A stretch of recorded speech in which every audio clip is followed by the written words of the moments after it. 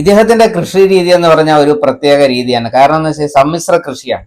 കാരണം പിന്നെ പയറ്, വെണ്ട, പാവല്, പടവളം, കുക്കുംബർ, തണ്ണിമത്തൻ, അതുപോലുള്ള വെറൈറ്റി കൃഷികളാണ് ചെയ്തിരിക്കുന്നത്.